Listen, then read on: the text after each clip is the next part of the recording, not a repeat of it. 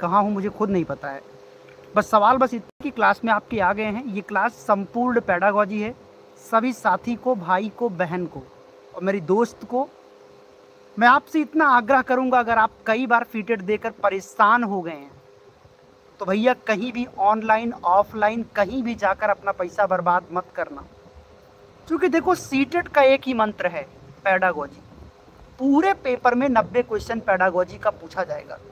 बाल विकास में 30 question pedagogy, Hindi में 15 पेडागॉजी, गणित में 15 पेडागॉजी, संस्कृत में 15 पेडागॉजी, पर्यावरण में पेडागॉजी, मतलब सारा खेल पेडागॉजी का। और यही मैं आपसे कहता हूँ कि अगर आपने पेडागॉजी सीखी होती तो क्या 90 नंबर वो ना करा देता। सीधी सी बात है साथियों कि आपको क्या करना है, पूरा फोकस पेडागॉजी पे कराना है। फालतू पैसा किसी बैच को खरीदने में, किताब को खरीदने में बर्बाद ना करें।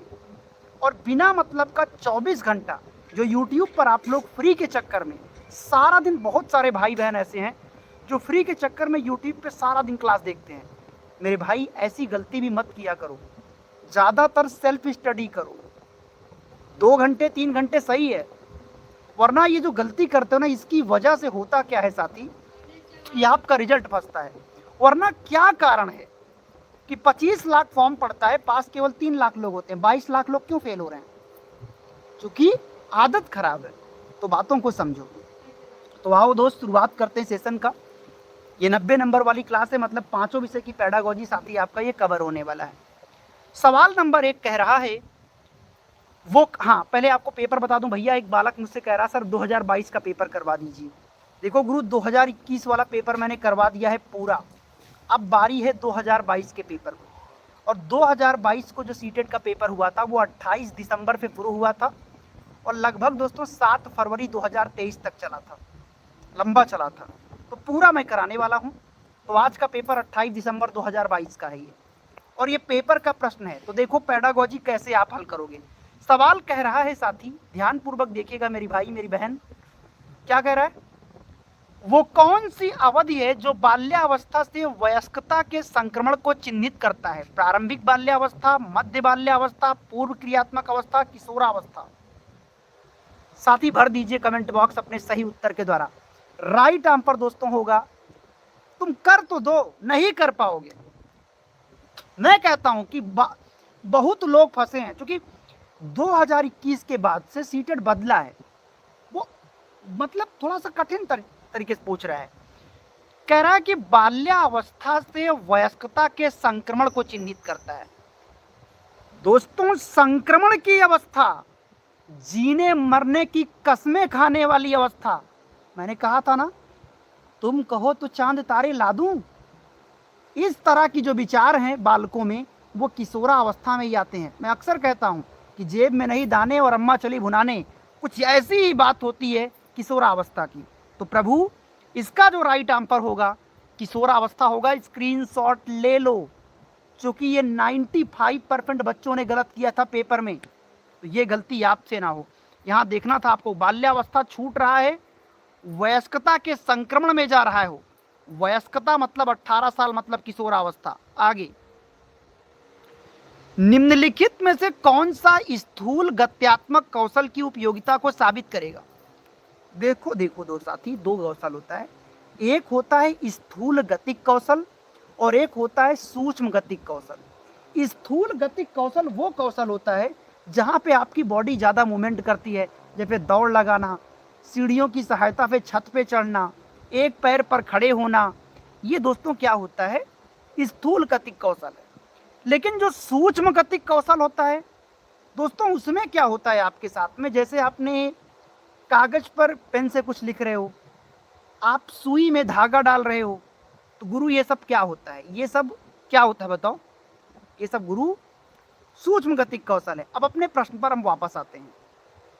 इनमें से कौन सा स्थूल गत्यात्मक कौशल की उपयोगिता को साबित करेगा? पहला ऑप्शन, ब्रश का उपयोग करके कागज पर पेंटिंग करना, कागज के टुकड़ों को काटना, सुई में धागा पिरोना, चलना और दौड़ना। अभी तो खुला किताब था कि नहीं था? अरे मेरी बहन, अगर तू पेंटिंग बनाएगी भाई, तो ये बता तू धीरे धीरे बनाओगी कैसे, तुरंत उसको पूरा खींच दोगी? पेंटिंग मतलब ये सूक्ष्म गतिक कौशल है, फाइन मोटर स्किल है। कैंची से कागज तोड़ोगी तो भाई साहब ये भी धीरे धीरे करोगे, मतलब सूक्ष्म है। सुई में धागा डालोगी तो भी सूक्ष्म है, लेकिन तुम चलोगी, तुम दौड़ोगी, ये स्थूल गति। स्थूल का मतलब साथी छोटा काम नहीं होता। स्थूल का मतलब साथी ये होता है कि काम जो आप कर रहे हो उसमें मूवमेंट ज्यादा हो रहा है। क्यों मेरे भाई और मेरी बहन, कोई दिक्कत तो ना है? आगे, सामाजिकरण का प्रथम प्राथमिक कारक अभिकर्ता कौन है? बताओ प्यारी।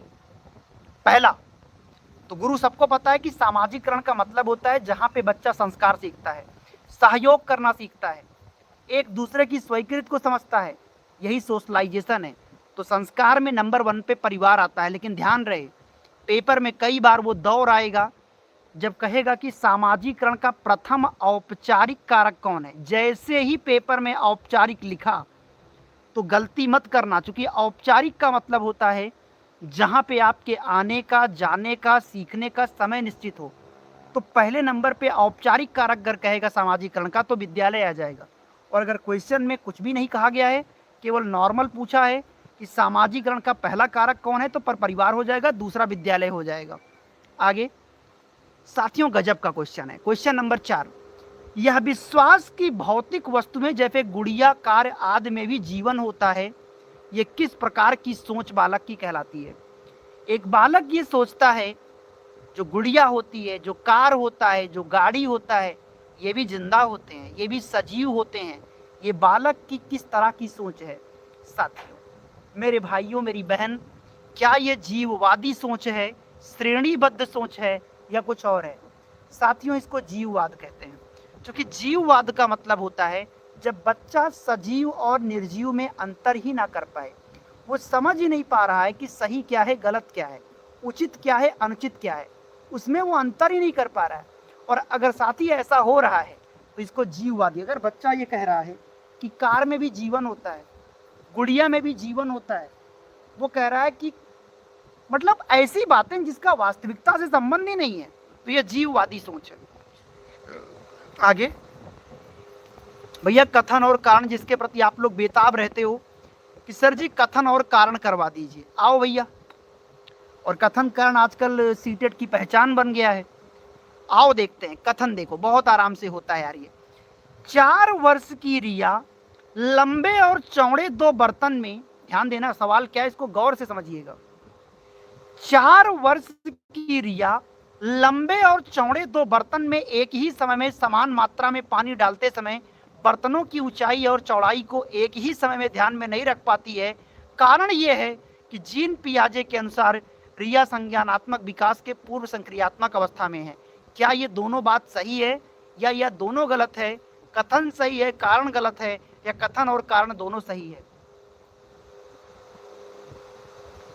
एक बात बताओ मेरी बहन, मैं कितनी बार आपको बताऊं, तुम मेरी बात को समझो। क्वेश्चन क्या है?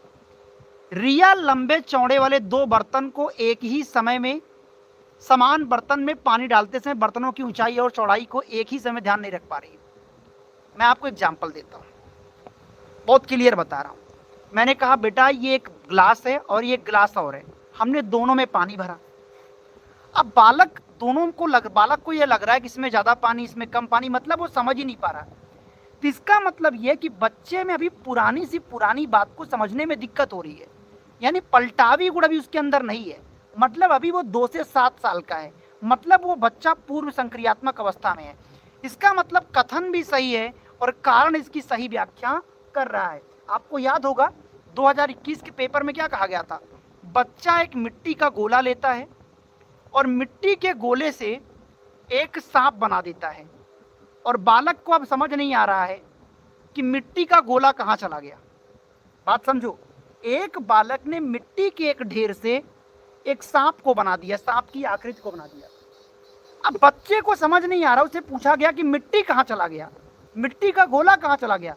बच्चा भूल गया, उसको समझ नहीं आ रहा मिट्टी का कहाँ गया गोला। तो इसका मतलब ये बच्चे में अभी पलटावी गुण नहीं है, मतलब पलट कर मूल बिंदु पर वो नहीं जा पा रहा है। मतलब बच्चे में भी संरक्षण की आदत नहीं है, वो 2 से 7 साल का बच्चा है। तो यही क्वेश्चन ये भी था। केवल देखो, जिसका कॉन्सेप्ट सही होगा वो सीटेड जैसे नॉर्मल एग्जाम को एक ही बार में पार कर देगा। यानी साथी दोनों सही है, कथन और कारण दोनों सही है, और जो कारण है वो कथन की सही व्याख्या कर रहा है। क्यों भैया? बहुत बढ़िया, शानदार, जबरदस्त आंसर है। अगला क्वेश्चन आपकी स्क्रीन पर है। संकेतों व अन्य तरीकों के द्वारा बच्चों को जरूरत पड़ने पर मदद करना किसका उदाहरण है? क्या बात है साथी, बहुत बढ़िया, भरिए पूरा कमेंट बॉक्स। हमने कहा एक बच्चा, देखो ये बच्चे का ये घर है ए और ये बच्चे का विद्यालय है बी, समझे? और बच्चा चलना शुरू करता है लेकिन अचानक गड्ढे में गिर गया। अब बच्चे को मदद की जरूरत, गड्ढे में गिरा है, मदद अगर कोई कर दे तो निकल के विद्यालय जा सकता है, तो इस क्षेत्र को जेडपीडी कहते हैं। लेकिन दोस्तों ये मदद बाद में लगता है। तो जब किसी काम को कोई बच्चा शुरू तो स्वयं करता है लेकिन बिना मदद के पूरा नहीं होता तो उसको जेडपीडी कहते हैं। लेकिन इस क्वेश्चन में कुछ और कहा है, संकेत पहले जरूरी है। यानी जैसे एक बच्चा शुरू में चलना सीखता है, देखो यही फर्क है, इसके फोल्डिंग और जेडपीडी में यही फर्क है। इस क्वेश्चन में होगा इसके फोल्डिंग, कि जब किसी बच्चे को शुरू में मदद करना अनिवार्य है लेकिन जिंदगी भर मदद ना करना पड़े, तो ये जो अस्थायी सहयोग है साथी, इसी को इसके फोल्डिंग कहते हैं। क्योंकि बच्चे की उंगली को आप शुरू में चलना सिखाते हो लेकिन जिंदगी भर उंगली नहीं पकड़ना पड़ता, तो थोड़ा आपने संकेत और सहारा किया, बच्चा चल गया, तो गुरु इसको कहते हैं पाढ़ या इसके फोल्डिंग कहते हैं। यही जेडपीडी और इसके फोल्डिंग में अंतर है। और ये सिद्धांत दोस्तों वाइगोत्स्की ने दिया था। ई बतिया तो आपको पता ही होगा, जहां तक मुझे पता है कि ये सब बात आप जानते ही हैं। बहुत बढ़िया, क्या बात है साथी, थैंक यू वेरी मच कि आपने एकदम सटीक उत्तर की तरफ बढ़ रहे हैं। साथी अगला क्वेश्चन 7वां, बच्चों की शिक्षा के लिए वाइगोत्स्की के सिद्धांत का अनुप्रयोग क्या प्रस्तावित करता है? बच्चों की शिक्षा के लिए वाइगोत्स्की के सिद्धांत का जो अनुप्रयोग है वो क्या प्रस्तावित करता है? अरे वाइगोत्स्की ने कहा था कि बच्चा जंगलों में, पर्वतों में बैठकर नहीं सीखता, बच्चे को पसंद है समाज, वो लोगों के बीच में चर्चा, परिचर्चा, अंतःक्रिया करके सीखता है।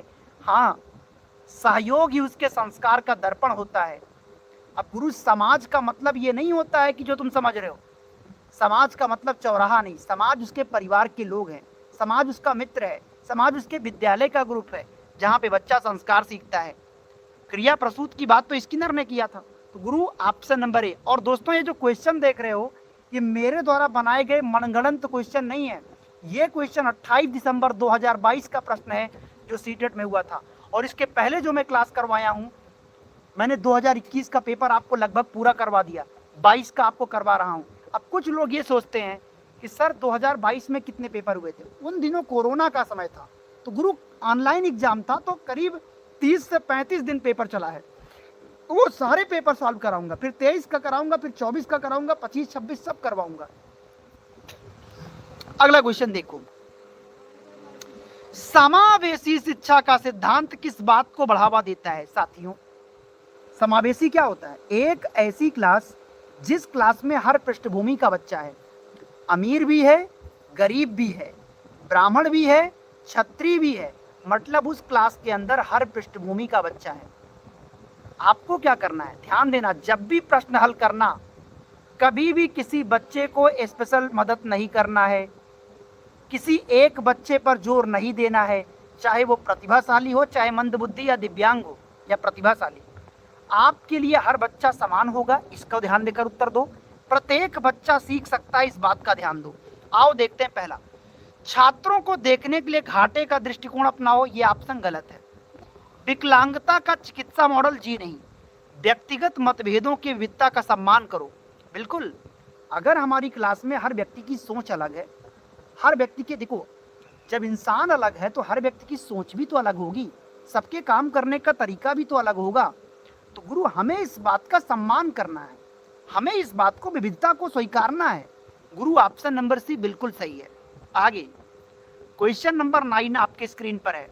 और दोस्तों 2021 के बाद से ही सीटेट का प्रश्न थोड़ा कठिन हुआ है, अगर 20 में तो हुआ ही नहीं था, लेकिन अगर देखा जाए 11 से लेकर 19 तक पेपर फिर भी आसान आते थे, कथन कारण नहीं आते थे। लेकिन अमूमन थोड़ा सा क्या हुआ है, थोड़ा चेंजेज आए हैं, पर उतना भी कठिन नहीं है जितना लोगों ने कहा है। आप क्लास के अंदर देख रहे हो एक्चुअल प्रश्न है, नहीं तो आप जाके सर्च कर लेना, पेपर निकाल लेना। मैं समय बता दे रहा हूँ, 28 दिसंबर 2022 का पेपर करा रहा हूँ। प्यारे साथियों और प्रिय बहन, ये किसने प्रस्तावित किया था कि सांस्कृतिक उपकरण संज्ञानात्मक विकास में महत्वपूर्ण भूमिका निभाता है? अरे सबको पता है गुरु, संस्कार ही आपके दिमाग का वास्तविक दर्पण है। देखो गुरु, आपके दिमाग को आपके व्यवहार पे नापा जाता है, वरना कमा तो सब रहे हैं, कोई 100 कमा रहा है, कोई 1000 कमा रहा है, कमा तो सब रहे हैं ना, लेकिन डिपेंड करता है संस्कार आपके बुद्धि को डिफाइन करता है।